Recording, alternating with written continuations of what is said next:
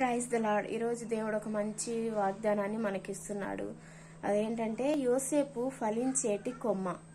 యోసేపు ఫలించేవాడిగా ఉన్నాడు.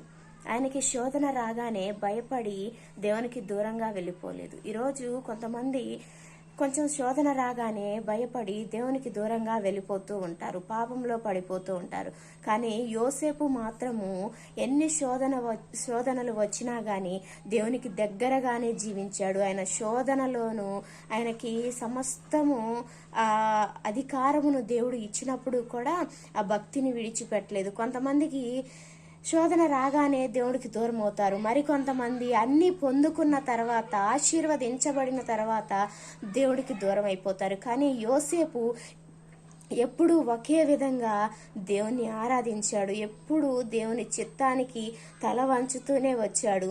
అందు నిమిత్తమే యోసేపు పొతీఫర్ ఇంటికి వెళ్ళినప్పుడు తనకి కలిగిన సమస్తములోను అధికారమును పొందుకున్నాడు.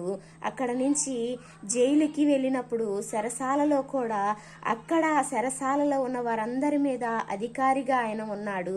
అక్కడ నుంచి రాజు కళ నిమిత్తము, ఫరో కళ నిమిత్తము తన దగ్గరికి వెళ్ళి ఆ కళ భావమును తెలియచేసినప్పుడు ఏకంగా ఆ దేశం మొత్తానికే అధికారిగా యోసేపు నిలబడ్డాడు.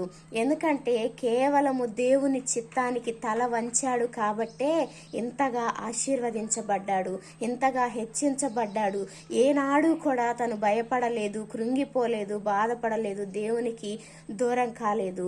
పాపము చేయమని ఒక స్త్రీ తన దగ్గరికి వచ్చి కోరినప్పుడు ఆ పాపము నుండి పారిపోయాడు గాని ఆ పాపానికి తల వంచలేదు.